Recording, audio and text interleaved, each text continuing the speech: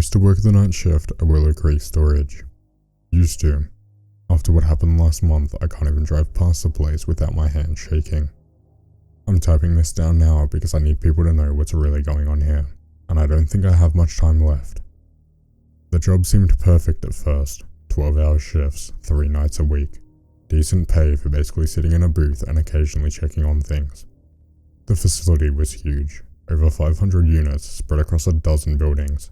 My supervisor Jim warned me that some weird stuff happened at night, but I figured he meant raccoons or teenagers trying to break in. I should have paid more attention to why the last 3 guards had quit without notice. The first few weeks were normal enough. I'd make my rounds every 2 hours, check that all the gates were locked, and spend the rest of my time reading or watching Netflix on my phone. The only odd thing was that some of the motion sensor lights would flick on occasionally in Building C, even when I couldn't see anything moving. But then I started hearing the humming.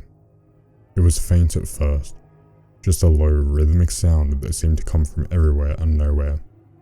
I thought maybe it was the electrical system or an HVAC unit, but it only happened between 2 and 4 AM. The sound had an almost musical quality, like a lullaby played through water. I grabbed my flashlight and headed toward Building C, where the motion lights were most active.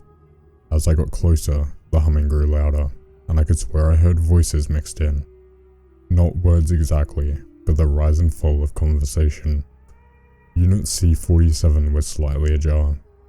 I knew for a fact that the unit had been locked when I checked earlier. Hell, I'd rattled the padlock myself. But there it was, the metal door rolled up maybe 6 inches, just enough for someone to crawl under. The humming was coming from inside. I crouched down and shined my flashlight into the gap.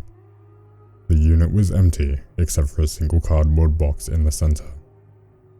The humming stopped the moment my light hit it. I lifted the door higher and stepped inside. The box was unmarked, about the size of a microwave, and when I picked it up, it was surprisingly light. I almost dropped it when I realized the humming was coming from inside the box itself. That's when I heard footsteps behind me. I spun around, but the storage unit was empty. The footsteps continued, slow, deliberate steps that seemed to circle the unit. I could hear them clearly on the concrete floor, but I couldn't see anyone. The motion sensor light outside flickered rapidly, like a strobe. I ran. I'm not proud of it, but I ran back to the security booth and locked the door. I sat there for the rest of my shift, watching the security monitors as the lights flickered on and off throughout Building C. Sometimes I'd see shapes moving between the units, tall, thin shadows that seemed to glide rather than walk. The next morning I checked Unit C47.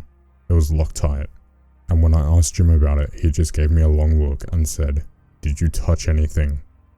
I lied and said no. "Good," he said.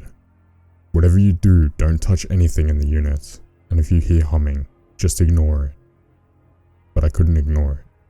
The humming got louder each night, and it wasn't just coming from Building C anymore. Units in Building F started opening on their own. Then Building A. Always the same thing. A cardboard box in an otherwise empty unit, humming softly in the darkness. I started keeping a log. 27 units had opened over 2 weeks. Always between 2 and 4 AM. Always with a box inside. I never touched another one, but I could feel them calling to me. Their collective humming growing stronger each night. Last Tuesday, I made a mistake.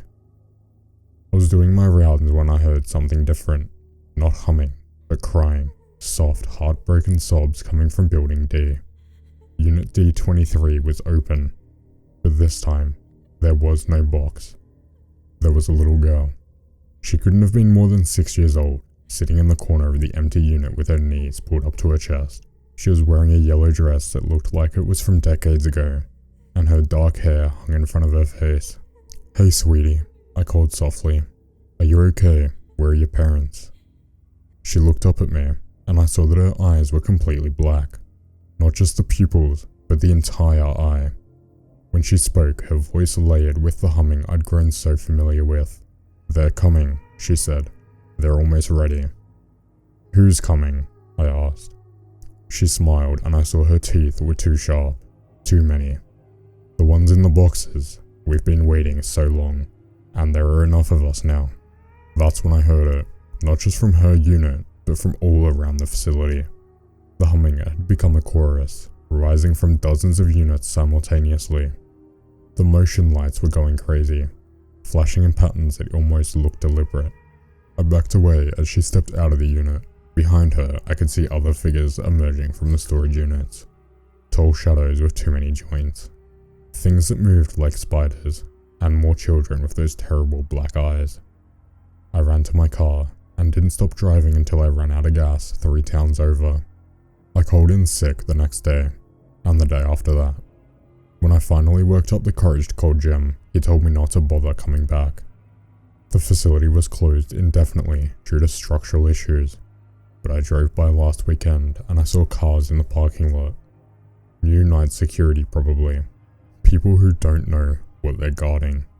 I thought about calling the police, but how do you explain something like this? I tried calling Jim, but his number's been disconnected. I even tried researching the property, but all I could find was that Willow Creek Storage was built on the site of an old children's home that burned down in 1952. I've been dreaming about boxes, cardboard boxes humming lullabies, sitting in storage units that stretch on forever. In the dreams, I'm walking between the units, and I can hear my name being called from inside each box.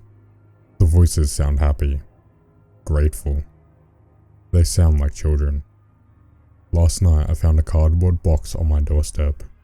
It's sitting on my kitchen table right now, humming softly. I knew I shouldn't open it. I know whatever's inside has been waiting for me specifically, but I can hear them calling my name, and I'm so tired of running. If you're reading this and I haven't posted an update, don't go looking for Willow Creek Storage. Don't try to help me.